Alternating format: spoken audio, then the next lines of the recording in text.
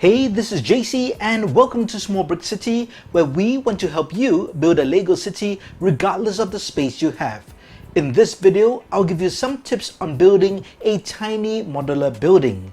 The standard of the tiny modular, well actually there's no standard because I made it up, but I consider a tiny modular to be 1/4 the size of a standard expert modular building, so it measures 8 studs wide and 32 studs deep. I originally designed these to be buffer buildings between regular modular buildings, but they also look great next to each other, and the 4 of them together form a 32 by 32 stud footprint, which is the size of a standard expert modular building. I've designed 4 of them, each of them with its own distinct design and character. The first one is a corner build. It is a camera shop. There's no back door, but there's a side door over here and also a door for an elevator. The ground floor is taken up by the camera shop. That's the elevator shaft. The second floor is an abandoned toy workshop, and the third floor is the psychiatrist's office. The next modular is an inset building, and it's a bookstore, as you can tell from this 3D sign. The 2 floors above are the apartment that belongs to the bookshop owner. The bookshop takes up the ground floor, and there are stairs that go up to the second floor, which is the kitchen of the apartment, and the third floor is the living quarters, as well as a toilet and a shower. Next, we have another inset building, and this is a butcher store, as you can tell from this 3D sign. This particular build also has an elevator at the back. The butcher shop takes up the ground floor, and that's the elevator shaft, and that leads up to the second floor, which is the office of the owner of the butcher shop. And finally, there is an art gallery on the top floor. The final tiny modular building is a corner build, and this is an ice cream parlor, and the top floor is a pastry school. The ice cream parlor takes up 2 floors. The ground floor is where you order your ice cream, then you can go inside, go up the stairs to the second floor, which is the dining area, and there's also a small toilet, and then you can take a ladder up to the top floor, which is the pastry school. The first thing you will need in order to build these tiny modular buildings is to have the right base plate. I typically use 2 of these 8 by 16 base plates. These are standard Lego base plates, but they're found in older sets. Or you can take a standard 32 by 32 stud base plate and cut it into 4 pieces, so it's 8 studs each, and that's what I did with these 2 over here.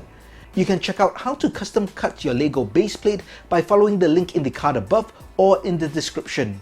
And when you watch the video, do check out the comments, as many people gave great alternate suggestions on how to cut the base plate, so you don't have to follow my method alone. After you've got the base plates in the right size, you want to factor in the size of your building.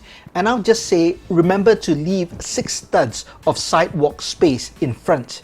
And this is so that you can line them up with expert modular buildings, and the pavements with the same depth, and the front facade of the buildings will line up together, which makes for a nice neat row when you place them in your Lego city.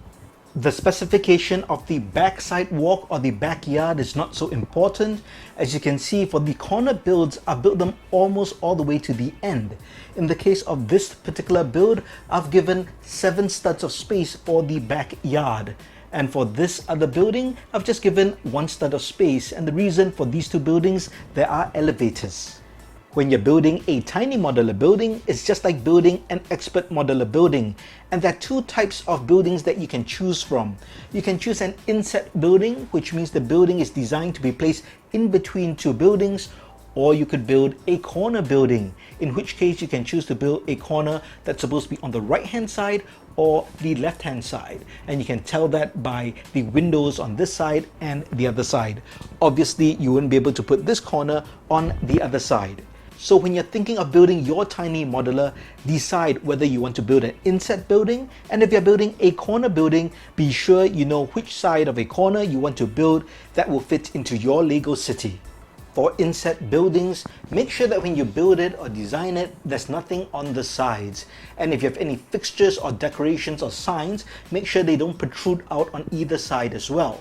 However, if you're building a corner build, you should take advantage of the fact, and you can have protrusions coming out, whether it's in the form of an awning, windows, doors, or even decorations or 3D signs. For example, for this particular corner modular, I do have this camera which is sticking out, as well as windows and ledges. So take advantage of a corner build. Most standard LEGO Expert modular buildings comprise of 3 floors or 3 levels, each which can separate at each level. So I'll follow that same standard for the tiny modular. Anything higher, such as 4 floors, may look out of proportion because the building is so thin, but you can give it a shot if you want. The height of each level is roughly between 7 to 8 studs. But what I've done for my modulars is I've kept the first 2 floors about 7 to 8 studs high, but the top floor is actually a bit higher, about 10 studs high, and that excludes the roof. I think this asymmetrical design works for this style of modular building and fits in if there's consistency between all the 4 buildings. Personally, I like to ensure that there's access to the upper floors from the ground floor and up. That means you need to figure out how you want to include your stairs or ladders or elevators or a combination of them within your buildings. For stairs, as the width of each building is very narrow, it's only 8 studs wide, I suggest that you build the stairs into the exterior wall. You also have to factor in the stairwell for the stairs, which is basically a hole in the floor of the level above. And this is basically to give enough space for a minifig to reasonably walk up the stairs and up to the second floor. I recommend a size of 3 studs wide by 6 studs deep, and you can use that as a guide, although over here I was very generous and I have about 9 studs deep over here. However, for another building, which is the bookstore and apartment, I had less space and I gave a stairwell of only 3 studs by 4 studs, so it's a bit tight. A minifig would have to kind of crouch the head down in order to get up, but I think it's fine for the scale of building. I have 3 references for you when it comes to stairs and elevators. The first is a video on how to integrate stairs into a LEGO building or MOC. In this video, I covered stairs, double stairs, ladders, and combinations. So check out the link in the card above or in the description below.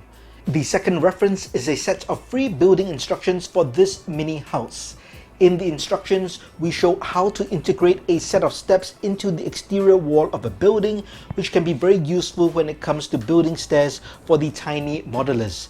You can request for the free building instructions by following the link in the card above or in the description below, or just heading over to smallbrickcity.com. The final reference is a video tutorial on how to build a simple elevator, and I did use one of these tiny modulars as an example. In terms of interior detailing for these tiny modular buildings, I do suggest that you build all furniture, fixtures, and appliances against the wall. Don't put anything in the middle of the width of the room unless it is at the end of the room. And I do suggest that you have at least 2 studs of clearance around any large object, and this is so that minifigs can pass through. Finally, I'm happy to announce that digital building instructions are now available for all 4 of these tiny modular buildings.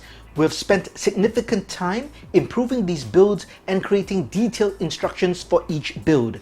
They are available separately, or you can buy them as a package, and if you'd like to check them out, head over to smallbrickcity.com/shop. If you would like to build these tiny modular buildings for yourself and would like to support this channel, do check them out. I hope you enjoyed these tips on how to build these tiny modular buildings. Which tip did you find the most useful? I think people often overlook the height of the stairs in relation to the height of the wall that needs to be built. I also think they forget to leave either enough space for the stairwell or they make it too large. But let me know what you think in the comments. If you enjoyed the video, please give it a thumbs up.